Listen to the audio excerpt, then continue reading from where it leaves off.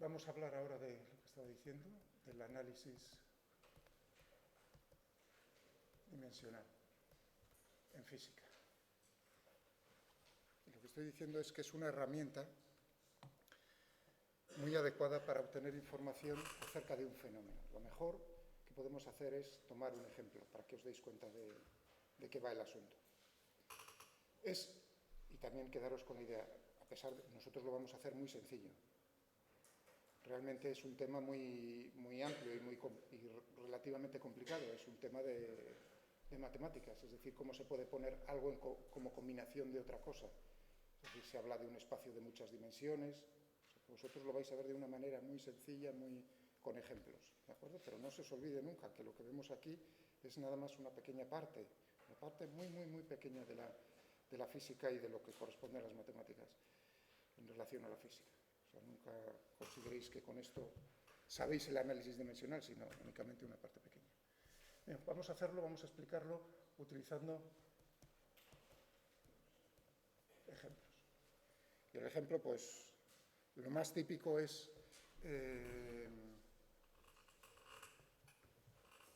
utilizar, pues, o bien el periodo de un péndulo, el periodo de una masa unida a un muelle, o, por ejemplo, también si estamos pensando en Galileo, ¿no?, en los comienzos de lo que es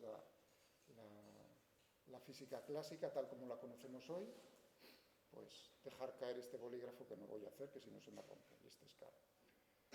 Si lo suelto desde aquí, es decir, pues cuánto tiempo va a tardar si lo dejo caer desde una determinada altura. Vamos a ver, o vamos a intentar obtener información acerca de cómo depende el tiempo de diferentes magnitudes que pueden jugar un papel en este fenómeno. Entonces vamos a ver, como ejemplo vamos a tomar uno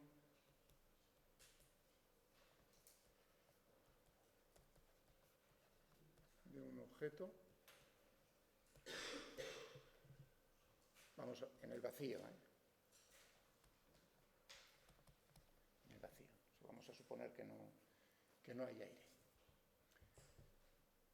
porque vamos a empezar a pensar en Galileo. En Galileo. Si yo cojo dos objetos ahora mismo aquí, ¿de acuerdo?, diferentes, y los dejo caer desde la misma altura, desde el reposo, ¿no? Un objeto en el vacío,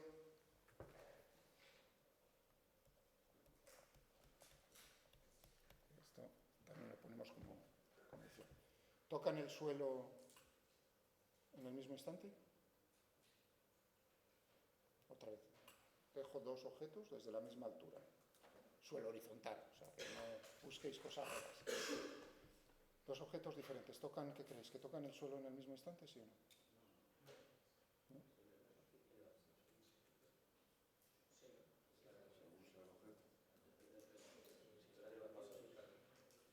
Muy bien, o sea, ahí ya está, o sea, sin dudar, eso ya lo deberíais. Si está en el vacío, tocan el suelo en el mismo instante. Pero fijaos ahí, es decir, eso que para vosotros ya es, por lo menos para una parte de vosotros es algo obvio, eso de obvio no tiene nada, porque si yo lo hago aquí, eso no va a ser así, salvo que sean objetos, digamos, parecidos entre sí. Pero si cogemos una bola de papel y el bolígrafo, os puedo asegurar que van a tocar el suelo en diferentes instantes.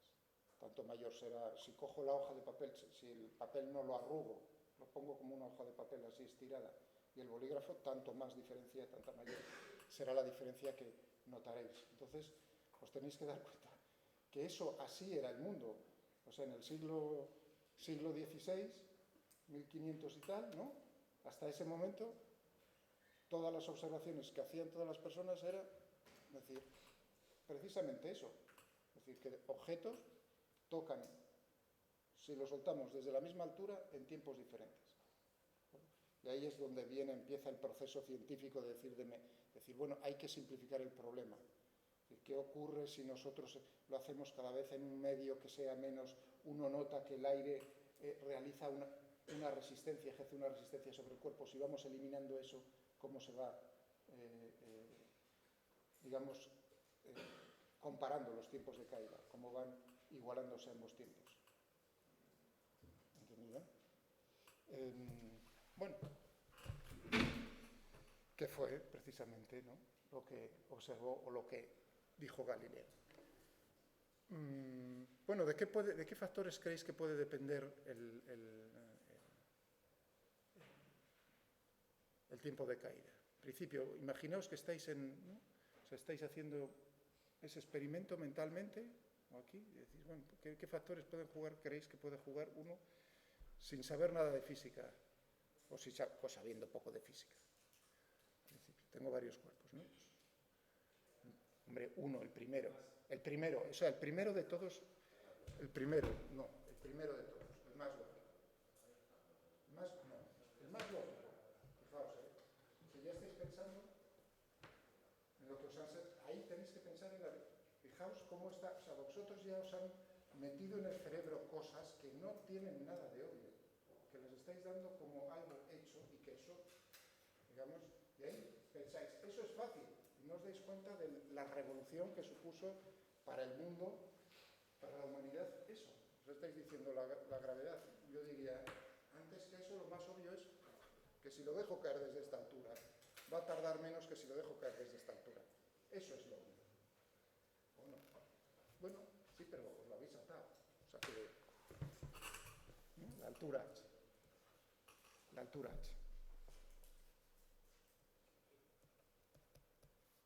desde la cual dejamos caer ese cuerpo. Otro factor que puede jugar un papel en esto, pues hombre, si uno hace ese experimento, que era lo que comentaba antes, con cuerpos de diferente masa, la hoja de papel, un trozo de hierro, pues uno diría, oye, pues la masa a lo mejor juega un papel.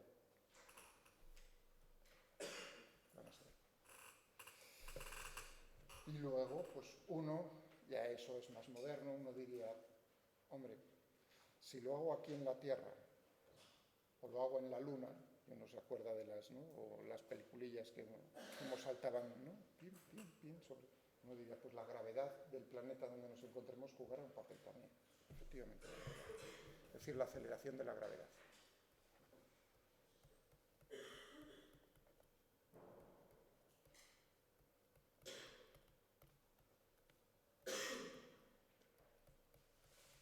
Gravedad del planeta. ¿De acuerdo?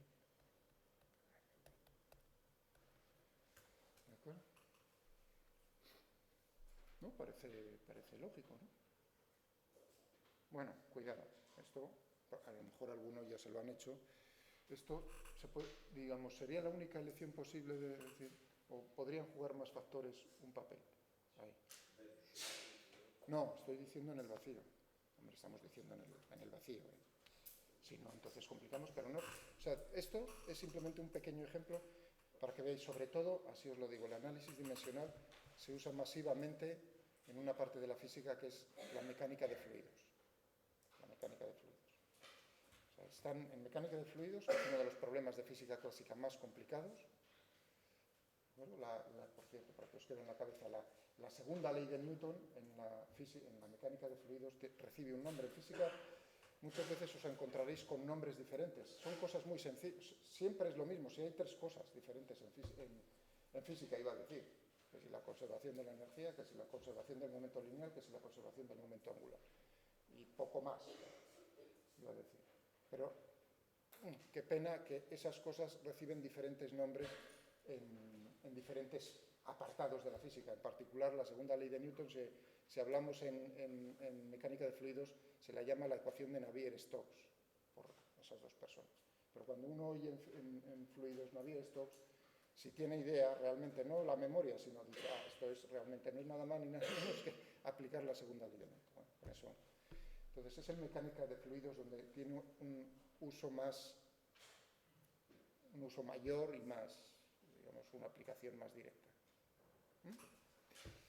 Bien. Bueno, sí, podríamos coger otra combinación. Oye, ¿y por qué no cojo la masa de la Tierra o la masa del planeta? Aparte de eso, esa sería otra combinación.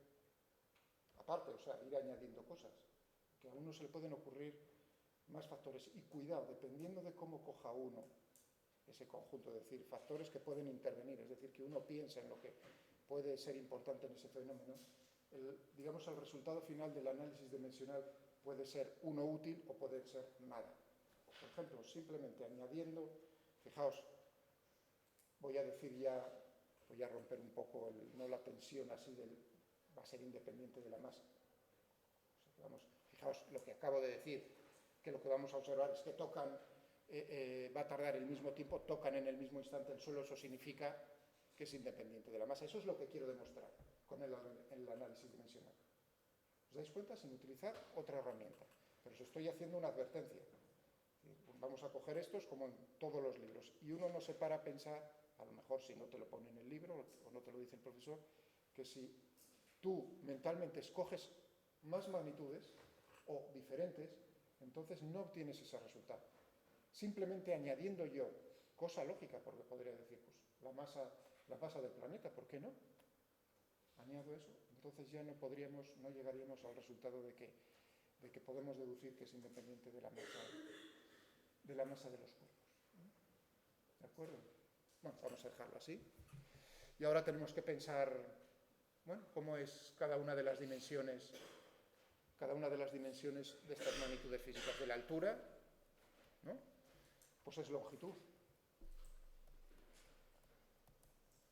¿No?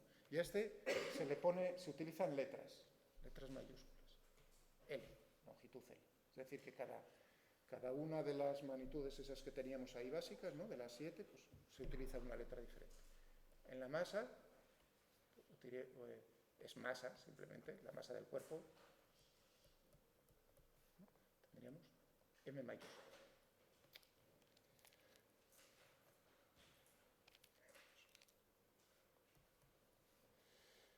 ¿Y la gravedad? Es una aceleración. Vamos a utilizar, antes de poner la aceleración, si yo dijese cómo se expresaría la velocidad. Hago aquí un apartado, un paréntesis y digo la velocidad de un cuerpo, ¿no? Uno dice cuánta distancia recorre, en cuánto tiempo, se ha dividido por el tiempo. Esto tendría entonces ¿qué dimensiones? L dividido el tiempo, se utiliza T mayúscula. ¿De acuerdo? T. O se utiliza mucho, se pone todo, da igual, ya sé que L dividido por T es lo mismo, LT a la menos 1. ¿De acuerdo? Cuando se habla, por ejemplo, de la velocidad, se pondría así entonces. Entre corchetes cuadrados, eso es, bueno, es notación, no es que sea muy importante, pero para que os acostumbréis. Eso significa dimensiones de velocidad. Uno diría L, T a la menos 1. ¿De acuerdo? Vale, entonces en el caso o sea que tenemos un ejemplo más sencillo, he puesto la velocidad. ¿Qué ocurre con la aceleración? Es cómo cambia la velocidad en el tiempo. Es decir, que estamos dividiendo por el tiempo otra vez. Es decir, que en el caso de la aceleración, o sea que tendríamos,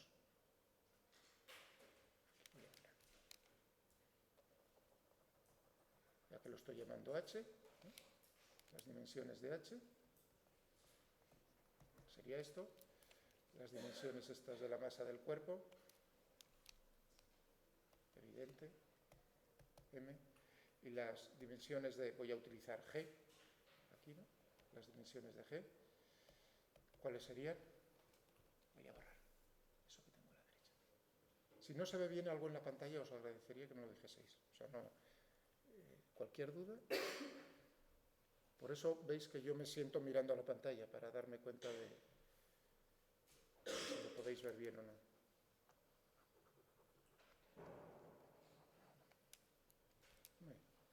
Entonces, ¿qué tendríamos? Velocidad era LT a la menos 1 dividido por el tiempo LT a la menos 2. Puntos multiplicados. ¿De acuerdo? Muy bien. Y naturalmente el tiempo de caída, el T, es T. O sea que tenemos estas 4 cosas. ¿Vale? Tenemos esto, esto, esto y esto. Bien.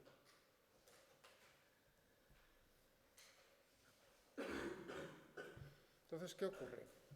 Primera, bueno, la tontería iba a decir la tontería, lo obvio, lo que se os dice es decir, no podemos mezclar peras con manzanas. Es decir, que si tenemos en una igualdad, en una ecuación, algo a la izquierda, igual algo a la derecha, tiene que ser lo mismo. Es decir, que si son manzanas, tiene que ser manzanas. Eso significa en física y en matemáticas que las dimensiones de lo de la izquierda tienen que ser las dimensiones de lo de la derecha. Es así de simple. Y es lo que voy a hacer. Es decir, que entonces las dimensiones del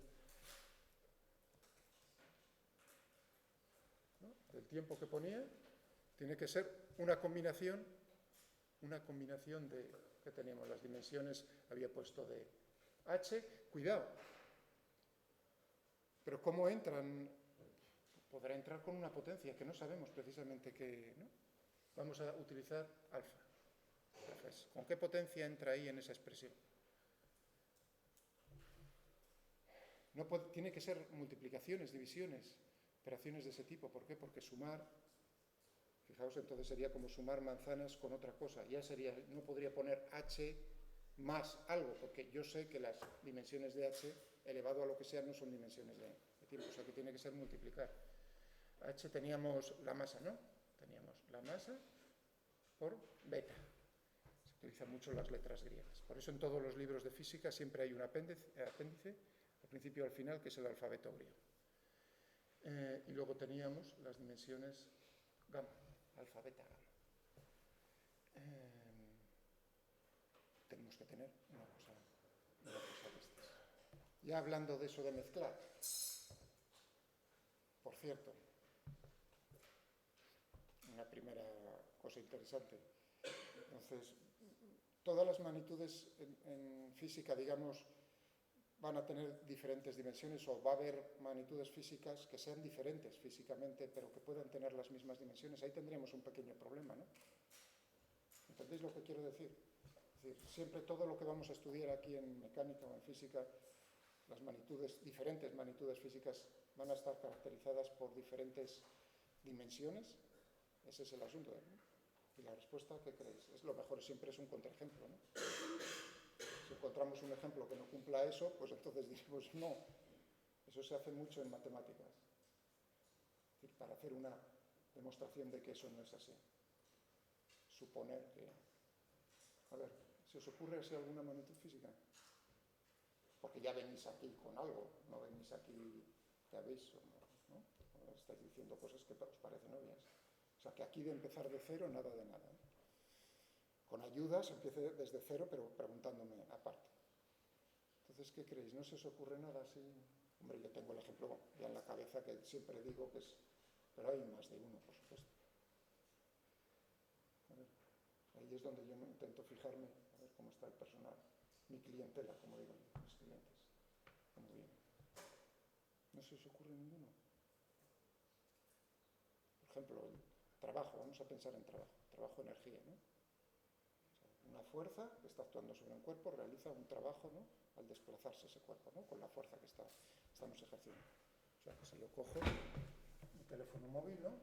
Y lo empujo, o sea, estoy ejerciendo una fuerza sobre el teléfono móvil, ¿no? Esa fuerza está realizando un trabajo. Para vosotros, bien sencillo, ¿no? Suponiendo nada complicado. Fuerza por el desplazamiento. Bueno, pues ahí tendríamos una. ¿Y qué otra puede tener las mismas dimensiones?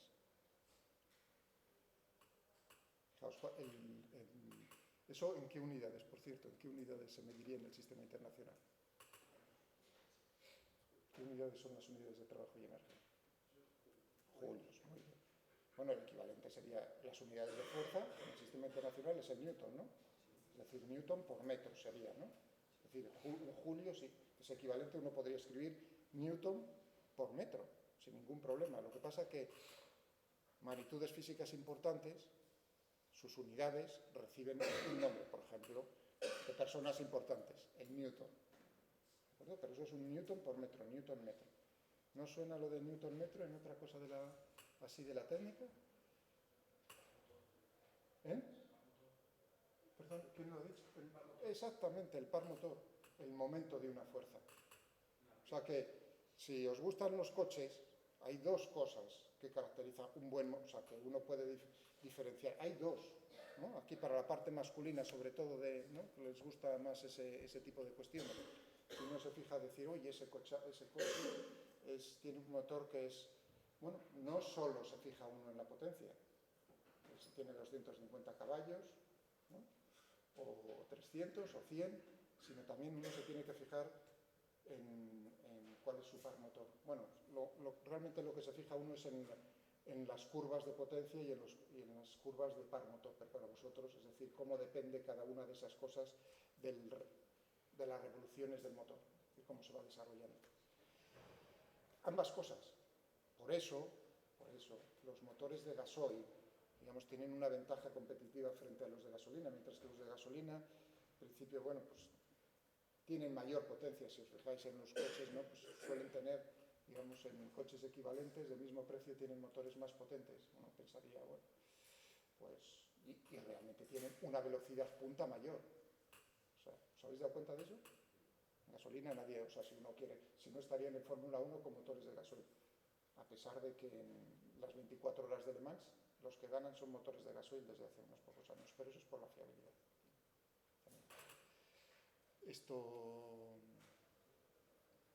Entonces, hay una ventaja que es, fijaos, logran acelerar más rápidamente al principio que uno de gasolina. ¿Por qué? Porque su par motor es mayor que el de gasolina. Es decir, cuando ya están a tope de revoluciones, los de gasolina superan a los de gasoil. Pero antes de llegar a eso, los de gasoil son capaces de llegar antes a esa situación. Sí, su máximo de potencia es menor, por lo tanto podrán ir más lentos, pero llegan antes. Y por supuesto, los coches eléctricos, a pesar de que pueden tener muy poca potencia, motores pues, de 50 caballos, ¿no? Esos aceleran antes que un Ferrari en los primeros metros. Sí, así de simple, en los primeros metros. Es decir, que uno se pone en un semáforo con un cochecito de estos eléctricos y es capaz de salir antes que el otro macarra que tienes al lado con un cacharro de estos, ¿no? Sí, es muy curioso. O sea, que uno puede hacer eso bastante bien con un coche. ¿Por qué?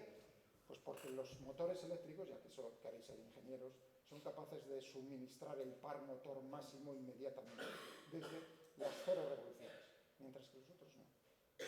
Bueno, pero ya habéis visto, estoy cogiendo un ejemplo. Claro, y uno piensa que es el par. Es decir, anda, pues es una fuerza, ¿no?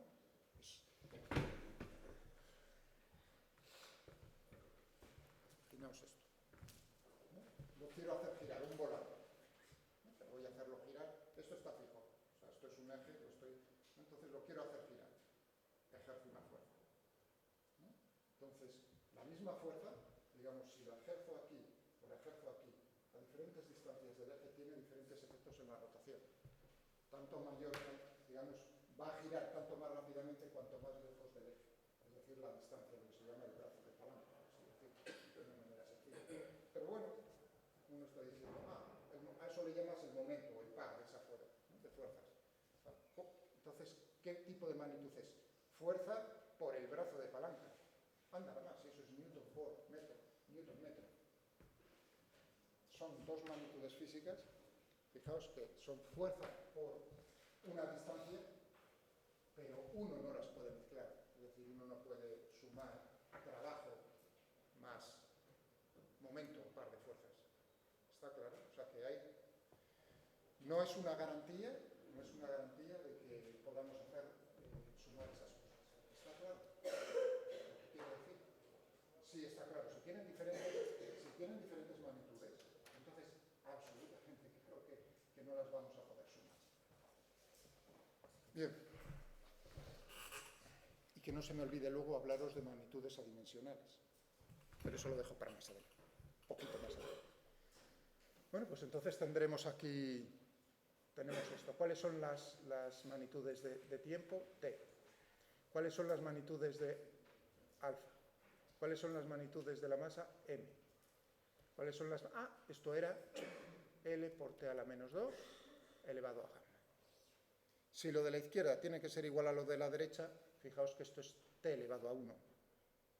¿De acuerdo? T es T elevado a 1. Se tiene que cumplir. Ahora vamos a obtener una serie de ecuaciones que, bueno, si tenemos suerte, pues nos dará mucha información, y si no tenemos tanta suerte, pues a lo mejor no.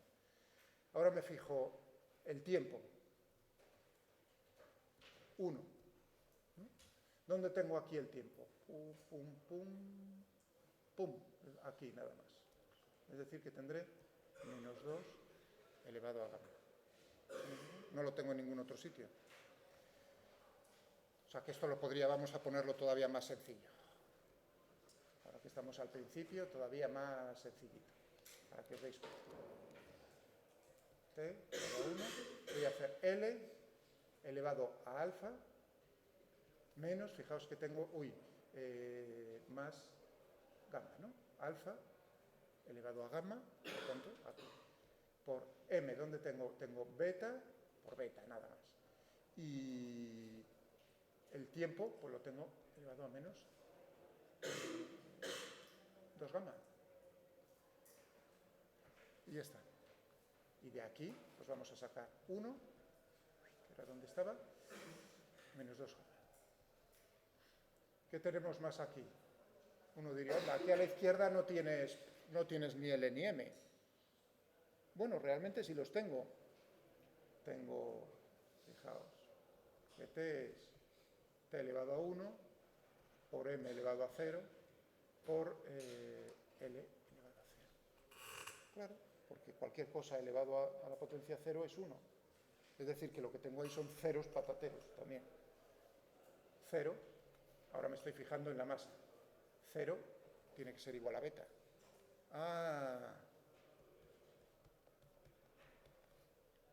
Ahí es donde uno dice, anda, entonces la masa no va a entrar ahí, la masa del cuerpo no juega un papel en este fenómeno. Y luego tenemos 0, que teníamos aquí, en la longitud. ¿Y que tenemos aquí en la longitud? Alfa más beta. Alfa más gamma, perdón.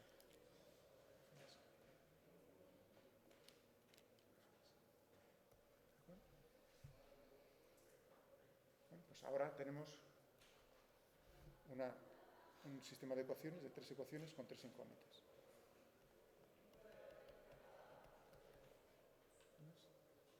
De 3 ecuaciones con 3 incógnitas.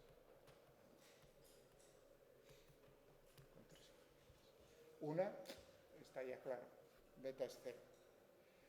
La otra, gamma, es menos 1 medio. Y si gamma es menos 1 medio, entonces alfa tiene que ser igual a 1 medio.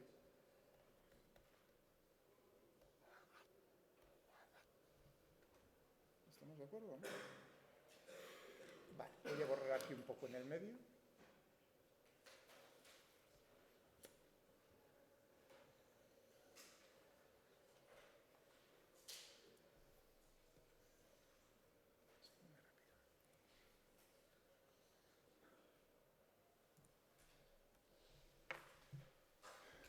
Eso significa que entonces tendremos aquí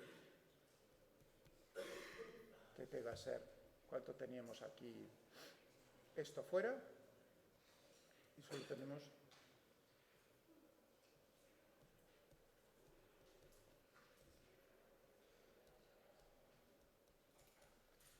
esto es un menos, ¿eh? Es decir, que tendremos aquí, podemos ponerlo todo, ¿no? Todo ello elevado a un medio, ¿no? Vamos un medio, pasarlo al denominador, ¿no? Tenemos esto. Es decir, que consecuencia, fijaos, ahora viene el asunto, porque estos son dimensiones. O sea, primera consecuencia importante, es independiente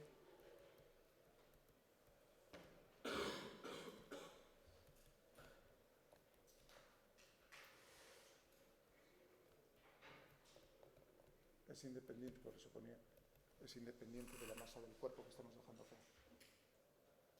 Es decir que, fijaos, con el análisis dimensional estamos demostrando, por así decirlo, os digo, es un poco delicado para vosotros, estamos demostrando que si dejo dos cuerpos de diferente masa caer desde la misma altura, en las mismas condiciones, en reposo, va a tocar el suelo, en el mismo instante. ¿En planetas diferentes? Bueno, en planetas diferentes, si utilizamos planetas diferentes, va a haber una diferencia de tiempo. Hombre, algo tan obvio que si lo dejamos de diferentes alturas, también. Y además vemos ahí la proporcionalidad. Es decir, cuanto mayor es la altura, mayor es el tiempo. Cuanto mayor es g, la aceleración de la gravedad, menor es el tiempo que, lógico, tira con más fuerza, ¿no? Vamos a decir, hacia abajo. Pero ahora viene el asunto. Vamos a ver aquí.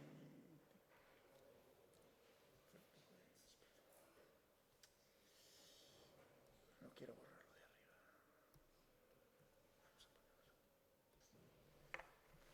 Eso quiere decir que, fijaos lo que voy a poner, utilizaba t minúscula para el tiempo. Esto significa, pongo aquí, ¿no? Interrogante. Significa que t va a ser igual a la raíz cuadrada de h dividido por g. ¿Sí o no?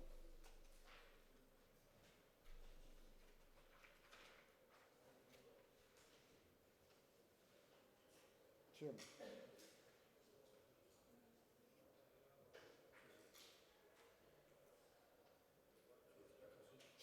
Sí, si yo solo quiero, o sea, un poco oír el no, a ver cómo es la votación mental de decir sí o no. Entonces ahí estáis ya todos diciendo, ostras, esto era, joder, a ver cómo era la ecuación, ¿no? Porque si lo puedo saber todo, ¿no? Conservación de la energía mecánica, alguno estará pensando por ahí, otro estará pensando por cinemática, movimiento uniformemente acelerado, ¿no? Una parte. Entre vosotros está buscando por cinemática, otro está buscando por conservación de la energía mecánica, a ver cómo era la ecuación final esta.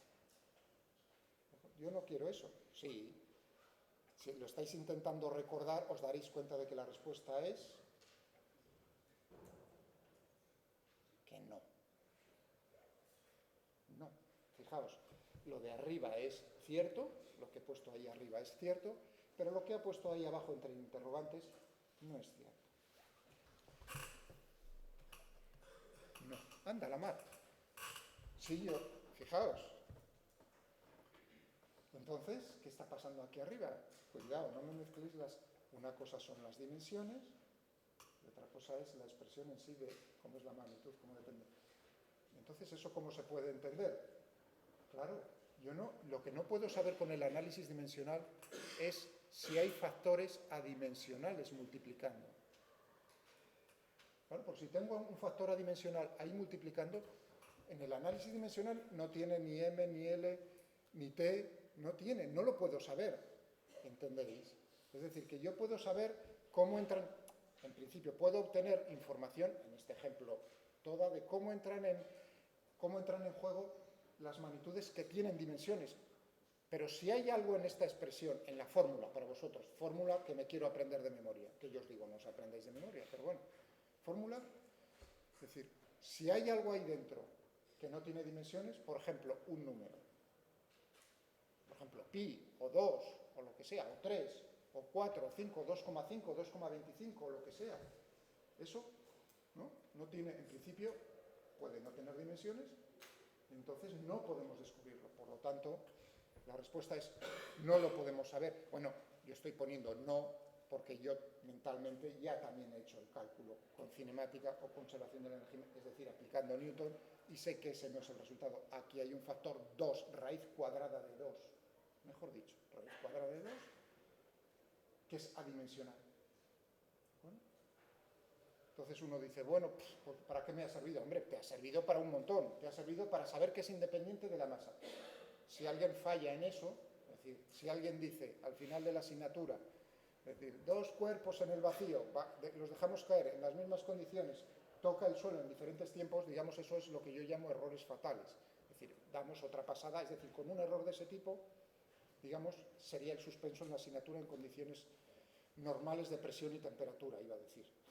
Así de simple. O sea, hay errores, digamos, en los que uno, si te lo dicen, le miras a la cara y dices, tómate tu tiempo para contestarme 2 veces, incluso la tercera vez. Y si me lo dices 3 veces repetidas, entonces me vuelves a ver el próximo año.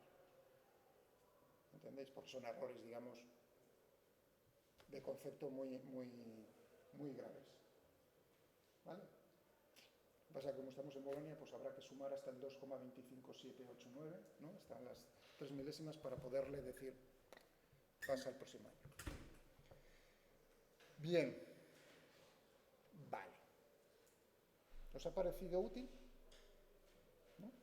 Bueno, voy a poner otro ejemplo, porque estos, la verdad es que me aburren un huevo. Me aburren un montón. Entonces, podría coger uno, ya digo, más avanzado. Uno muy bonito para la... No me lo, está ahí, o sea, incluso para la parte femenina, ¿no? Estáis como ingenieras y les vais a dar a estos palos. No sé por qué se me han separado aquí. Yo es que miro hacia allá, digo, chicas, derecha, chicos. Digo, se me separan. Bueno, ya se mezclarán. Digo, entonces no me toméis a mal que coja ejemplos, pues eso, de los motores, de los coches, ¿no? Es algo bonito, ¿no? O sea, que no tiene... Es decir, bueno, un ejemplo muy típico que se puede utilizar es... tengo un coche, pero ahora en el aire. O sea, que tengo un cuerpo que se mueve en el aire, con una determinada velocidad.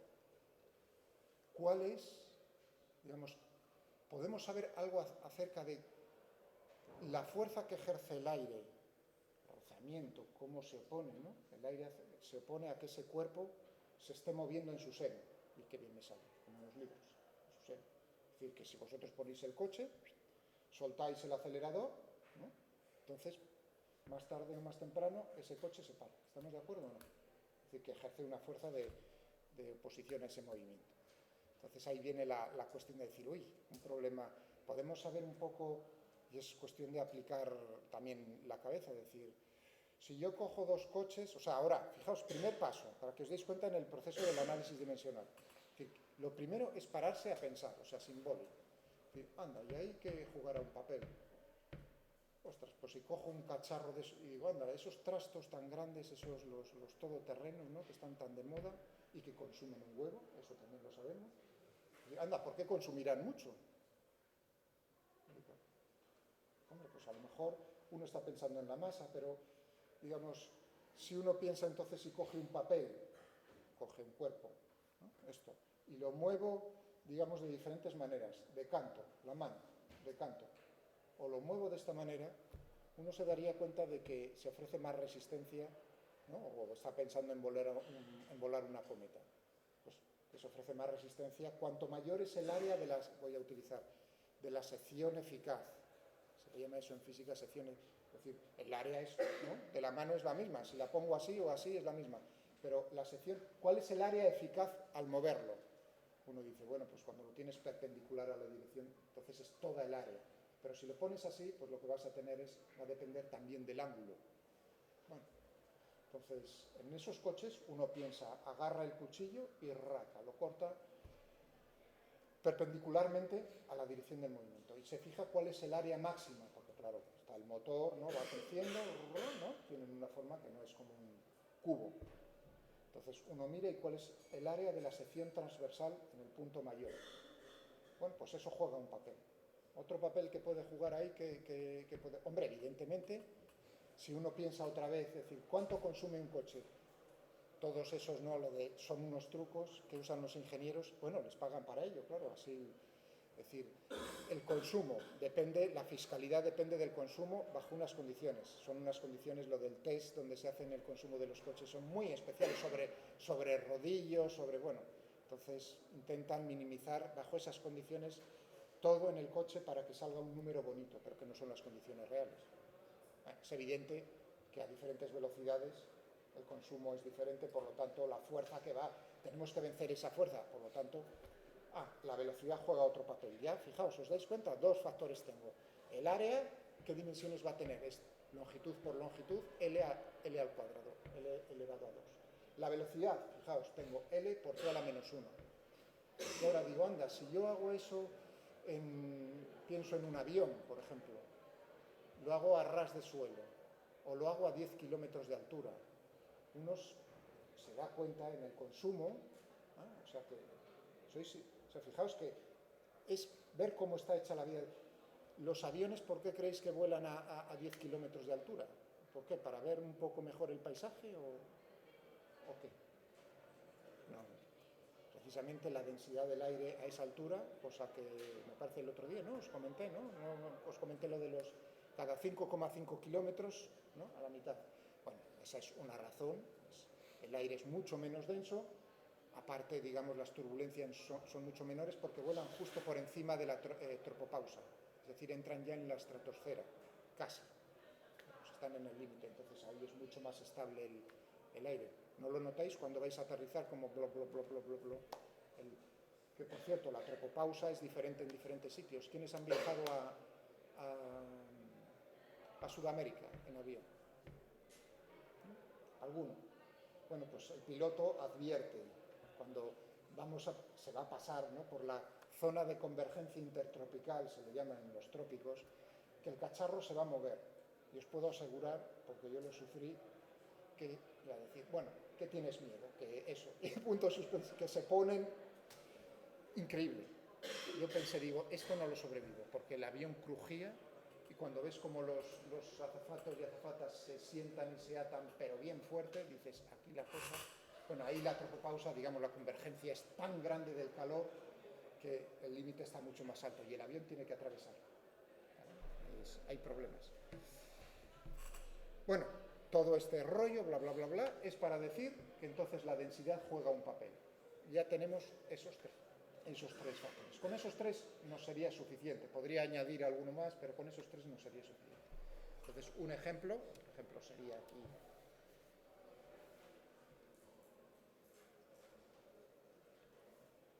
Un segundo ejemplo, pues la fuerza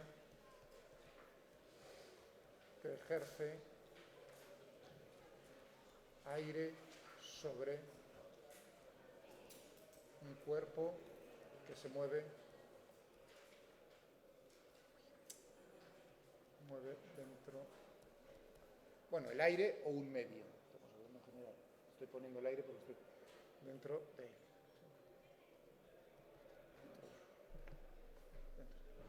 Entonces había dicho, bueno, pues tendremos aquí la fuerza, ¿no? Pues tendrá que ser, que dije, el área, ¿no? Que dije la velocidad, ¿no? Y que dije, pues, la densidad, que se utiliza para la densidad volumétrica. Cuando hablo de densidad, normalmente, cuando se habla de densidad, se habla de densidad volumétrica, es decir, cómo está la masa repartida en un volumen. Cuidado, porque con nosotros hablaremos de densidad volumétrica, densidad de área, de superficie, y densidad de longitud, es decir, cómo está repartida la masa en una superficie, en una longitud o en un volumen. Cuando no se dice nada, normalmente pues se habla de, y se utiliza la letra griega rho. Entonces tendríamos una cosa como esta, pues alfa, beta, gamma, una cosa de este estilo. Y el juego sería pues muy similar. ¿De acuerdo? O sea que ahora puntos suspensivos, como ejercicio, si queréis, puntos suspensivos, decir, pues, oye, este mismo problema a veces lo he utilizado como un pequeño ejercicio para el personal, es decir, en vez de la fuerza, a veces he cogido la potencia disipada, es decir, cuánta potencia, el calor, la energía que está disipándose, fijaos que se calienta, ¿no? Moverse algo en el aire, es decir, cómo sería la potencia disipada, cuánta energía por unidad de tiempo. Podríais llegar a las dimensiones de potencia, de trabajo, ¿no? Trabajo-energía dividido por el tiempo, yo creo que es, ¿no?, inmediato. O sea, que este mismo problema se podría coger con la potencia, con la fuerza, como estoy diciendo. Y ahora pues es simplemente llegar al resultado, cuál es la combinación correcta. Pero a vosotros os sonará, o sea, que llegáis a un resultado. Ahí os lo dejo como ejercicio, pensad sobre ello. Os sonará una cosa en los coches que es cuando decís, bueno, ese coche tiene un motor con tanta potencia, que si el par, que si tal. Decir, ¿cuál es el coeficiente aerodinámico? C sub V. ¿No? ¿Suena eso? ¿No? Y uno habla de cómo son los números. Cuando un coche, o sea, vosotros si os digo 0,3, ¿qué pensáis? Que es un coche bien listo. Tenemos hasta las 12, ¿no?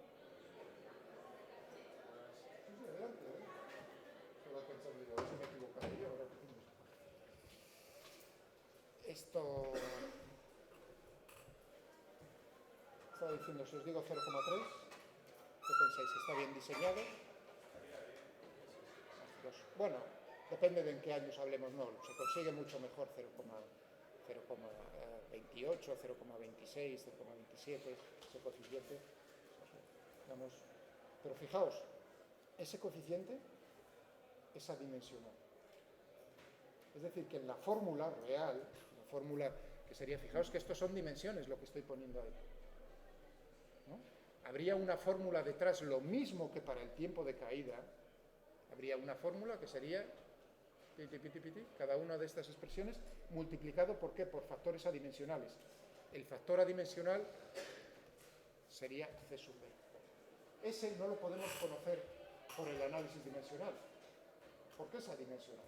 Es decir, que ese número 0,3, 0,25, 0,26, no lo podemos deducir. No tiene dimensiones, por lo tanto no tiene, iba a decir, no tiene unidades. Cuidado con eso porque hay magnitudes que son adimensionales y sí tienen unidades muy especiales. ¿De acuerdo? Este sería un problema típico. Otro problema que se utiliza en fluidos mucho, pues en el diseño de... Me voy acercando a la parte militar del asunto. En el diseño de submarinos o de barcos, ¿no? Estoy pensando, bueno, en realidad es no solo militar, sino cualquier tipo de barco. Si pensáis la cantidad de combustible que se gastan en transportar mercancías con estos bichos, pues pensaréis con muchísima razón que diseñar la quilla del barco bien es fundamental. O sea, que ahí vienen los ingenieros navales. Entonces ahí viene también el análisis dimensional. Es decir, ¿cuál es la fuerza que ejerce el agua sobre el barco, sobre la quilla del barco en su movimiento? Veis todos que se forma una ola, ¿no? Se está moviendo y se forma una ola. Que cuanto mayor es esa ola, digamos, peor es para el que tiene que pagar. Entonces, ahí también se aplica el análisis dimensional para las dimensiones de la quilla, cómo tiene que ser todo, para poder, digamos, tener ya una primera información de cómo habría que diseñar. O sea, fijaos cómo para qué tipo de problemas ya antes de empezar a hablar de nada, iba a decir de nada, pues uno puede, ya veis la utilidad en fluidos sobre todo. Pero hay un ejemplo que es el último que os voy a poner, que es uno histórico muy bonito, que es la primera bomba atómica. Vamos a irnos a...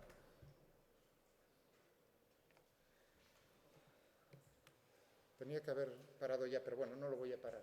Lo que voy a intentar con vosotros este año hacer mejor, que hoy con vosotros no lo he hecho, con ellos sí, es que cada uno de los vídeos, por así decirlo, sean de corta duración. Hoy, por ejemplo, veréis que va a salir 1 hora o... ¿Cuánto vamos ya? 48 minutos. 48 minutos lleva grabando. O sea, bueno, a ver si lo puedo partir. Estaba hablando aquí de esto. Me voy a ir a Wikipedia. Pensaréis que soy un pedante, lo que pasa es que ya lo he mirado antes. Entonces me voy a ir o sea, que mi recomendación. Otra, me habéis preguntado, oye Miguel, ¿dónde puedo ver información? Libros, lo que tenéis en Moodle, por supuesto. El que tenga dificultades con el inglés, pues no le queda más remedio que agarrarse a los libros. O Wikipedia, es algo que utilizo yo mucho. En cuestiones de técnica está muy bien. Yo nunca he notado nada. En cuestiones de política, historia, ella es más delicado, ¿no? Porque siempre pues hay guerras de eso, de decir qué tal, y siempre están ahí ya, pero para cuestiones de ciencia está muy bien. Voy a irme a la página alemana de Wikipedia.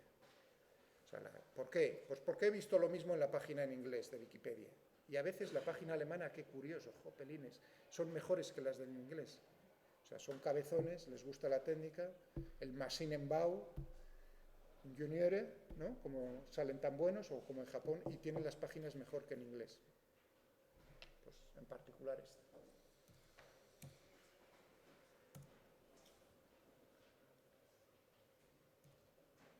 Pero no os preocupéis que para eso estoy yo.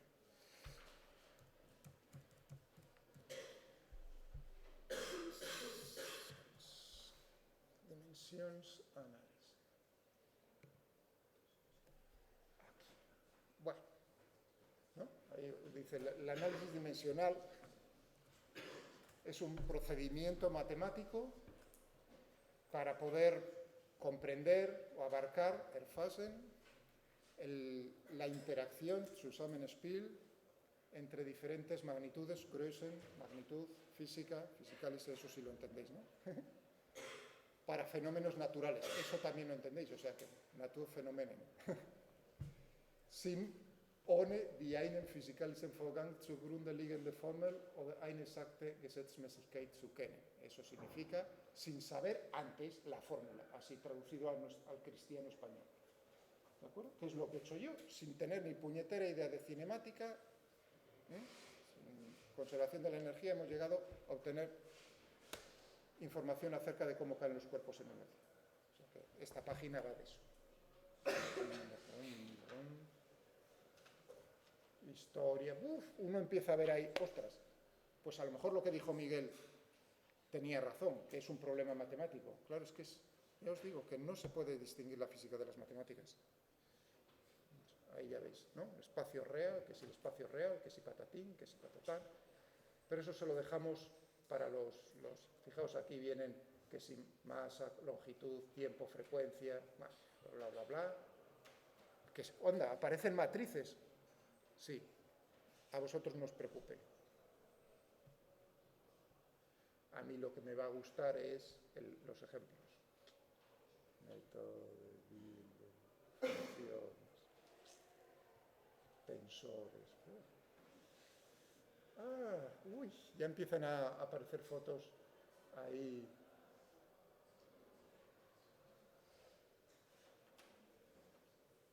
Ejemplos, Beispiele. Eso es ejemplo.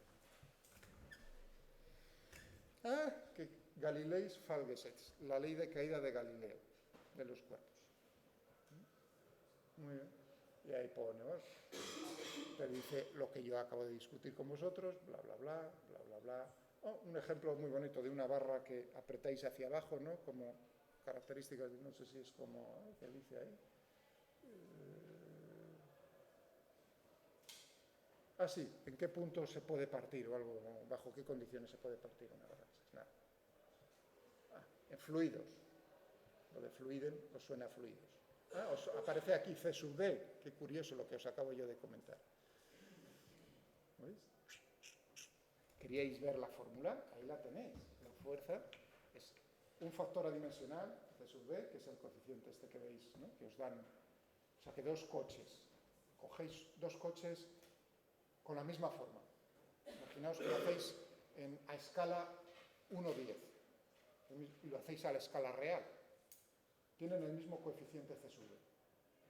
Mientras que la fuerza es evidente que va a ejercer el aire sobre el coche va a ser diferente. O sea que el C sub D viene dado por la forma. Es decir, que un cacharro de estos, un X5, un lo que sea, estos, puede tener el mismo coeficiente. Los tíos, como saben que el personal no tiene ni, digamos, intentan, los vendedores, soy familiares, no lo digo con mala intención, o sea que, digamos, es natural, es como vender yo mi asignatura, ¿no? Todo es vender el asunto a los clientes. Y después dicen, este coche está muy bien porque tiene un coeficiente 0,26. ¿No? Pero uno dice, y este pues 0,3, es mucho mejor, va a consumir menos. Claro, lo que no dice es que también va a depender del área de la sección transversal, es decir, que lo comido por lo servido, iba a decir. Bueno, un medio de ρ, fijaos que es lo que v cuadrado, la velocidad con la que se mueve, va al cuadrado. Por d es el diámetro. Bueno, el diámetro suponed que lo está haciendo para una esfera, en vez de un coche, una esfera. O sea que ahí sí no entraría el área. ¿Estamos de acuerdo? Fijaos, d al cuadrado. Ahí tenéis la fórmula. Lo de los barcos, el submarino, claro, para los submarinos, iba a decir, la aplicación militar es importantísima porque la velocidad de los submarinos debajo del agua es muy importante. Me acuerdo siempre de los submarinos porque cuando llegué a Alemania, así como pardillo, o sea, un chico como vosotros, jovencito, iba a decir más, pero muy jovencito, con mucho pelo. Una de las primeras conferencias allí, una de las cosas buenas, a diferencia de España, es que había conferencias de gente, o sea, conocías gente de todo el mundo, iba a dar conferencias de muchas cosas técnicas. Y una que me llamó mucho la atención al principio fue unos suecos. Vinieron unos suecos a explicar allí, estuve en el instituto, más plan de clima. O sea, eran problemas de la atmósfera, del océano, del hielo, o de Groenlandia, todas esas cosas. Entonces ellos vinieron a dar una conferencia de cómo se detectaban submarinos por debajo de la superficie. ¿Por qué? Porque cuando yo estaba allí todavía estaba lo de la Guerra Fría. O sea, yo conocí la Guerra Fría y todas esas cosas, lo de la caída del muro. Entonces hubo en aquellos años, en el 80 y tantos, los rusos pues violaban las aguas territoriales de Suecia. ¿Por qué? Porque tienen pocas salidas, tienen por arriba, por Murmansk, ¿os suena? ¿No? Por arriba, es el único puerto libre de hielo durante todo el año de Rusia, de la Unión Soviética. Y luego tienen el Báltico. Bueno, en el Báltico naturalmente tienen que atravesar los tíos pues países que no eran muy amigables para ellos, Suecia. Entonces pues lo hacían violando las aguas territoriales, puro y duro. Se descubrió porque alguna vez se le fue al capitán el asunto y encalló. Entonces se sabe. Entonces los suecos tenían un interés en saber, ¿hay algún método para poder detectar los submarinos atómicos y de otra clase soviéticos desde la superficie con aviones? No se puede ver. Entonces, simplemente es muy poco profundo, es decir, que pueden ir como máximo depende de la zona, 50 metros de profundidad. O sea, tiene zonas de menos de 50 metros el mar Báltico. Eso es muy bajo. Pero se puede ver una pequeña ola cuando van los tíos, ¿no?, a toda pastilla, una pequeña... ¿Cómo se forman? Que uno no sabe si son olas naturales o no. Entonces, la conferencia era sobre cómo hacer un análisis de las olas en superficie para saber con cierta probabilidad si por debajo está un submarino. ¿Okay? Las aplicaciones en física, no solo médicas, sino de militares, son masivas. En Zaragoza, donde estudié yo, los de óptica, así como última curiosidad, trabajaban mucho en láseres de estado sólido, ¿no? Diferentes tipos de láseres. Y uno era en el azul. Y una persona con la que, un profesor mío, estaba trabajando en eso y iba mucho a Estados Unidos porque la utilidad del láser al Instituto de la Marina, del Navy, en no sé dónde. ¿Por qué? Porque la utilidad era el láser azul, es una luz que no es, digamos, es la que menos se absorbe por el agua, en una longitud de onda que era lo que se llama una ventana de absorción, es decir, no se absorbe.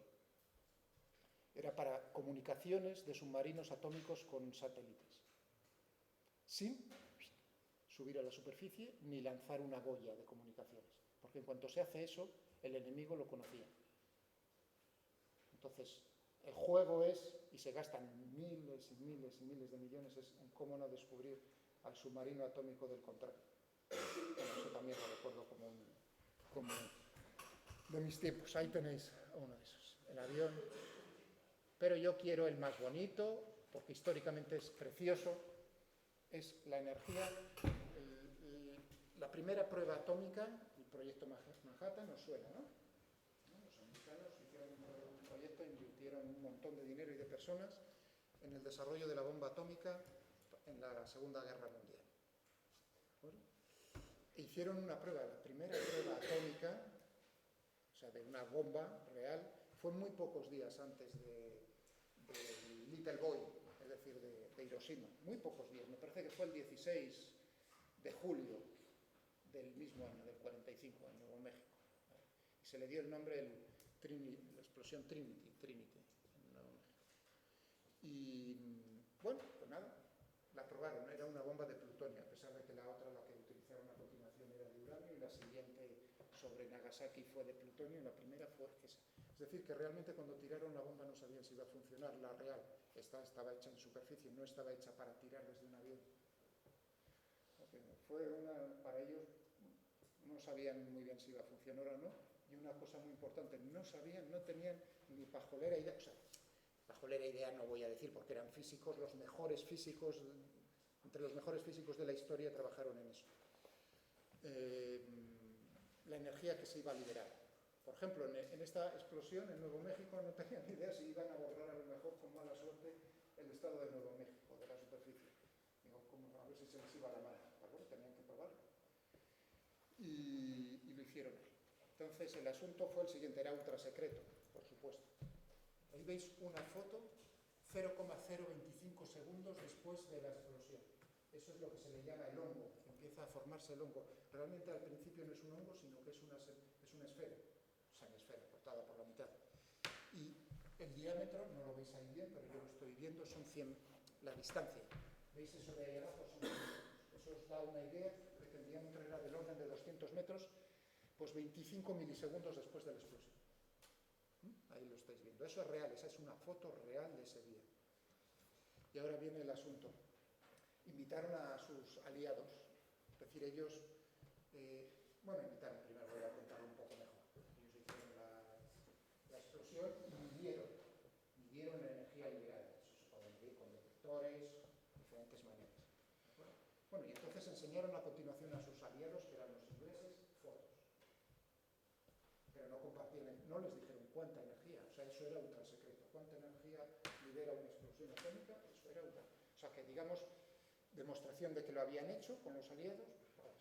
Y ahí hubo un señor que es un físico que era muy bueno, Taylor, Geoffrey Ingram Taylor, donde tengo el ratón, que vio las fotos en inglés, trabajaba para el ejército, ¿no?, británico, y haciendo con un papel y boli, con muchísima precisión, dijo, la energía liberada en la explosión se acercó muchísimo. Me parece que, no sé si era del orden de, el orden es 10 kilotones, me parece que eran 20 kilotones, lo que liberó más o menos.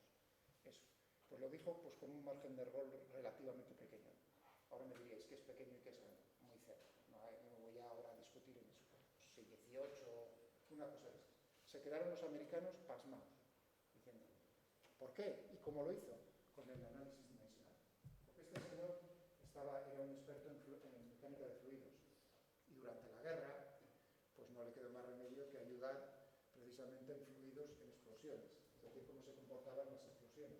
Y él sabía mucho de explosiones normales, con TNT, con cosas de esas, y sabía entonces que la energía liberada en una explosión de cualquier tipo, no solo atómica, o sea, atómica no sabían, dependía de qué. Con una sola foto. Depende de cómo es la densidad del aire en el sitio de la explosión, está hecho en el aire. Depende de cuál es la distancia, el diámetro de la semisfera, ¿de acuerdo? Y el tiempo donde está hecha la foto. Fijaos que en eso tenía ya, no sé si era esa foto u otras, ¿no? Me imagino que una serie de fotos, a él le daban el tiempo, le daban el diámetro, solo tenía que medir sobre la foto, y encima fueron tan amables de decirle cuáles eran las condiciones, porque eso fue durante el amanecer, o sea, todavía de noche, pero al amanecer, le dijeron cuáles eran las condiciones atmosféricas en ese momento en Nuevo México, es decir, le estaban diciendo cuál era la densidad del aire. Solo esos. Fijaos, 3 factores. El tiempo. Fijaos, el tiempo, el diámetro y la densidad del aire. T, L o D y ρ. Y ahora el problema es, uno coge y dice energía, a la izquierda, dimensiones de energía, a la derecha, combinación de dimensiones del diámetro, del tiempo y de la densidad. Y a partir de eso, llegó a la combinación correcta de esas 3 cosas y a obtener, digamos, cómo era la energía, una idea muy buena de cómo era la energía de una explosión.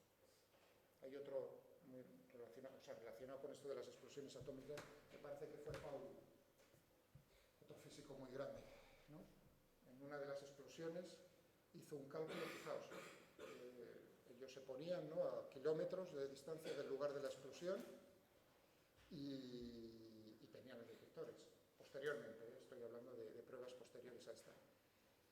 Tenían que hacer cálculos de cuánto era la energía liberada. Pauli, creo que era Pauli, ahí tengo mis dudas, creo que era Pauli, cogió una hoja de papel, la rompió, ¿no?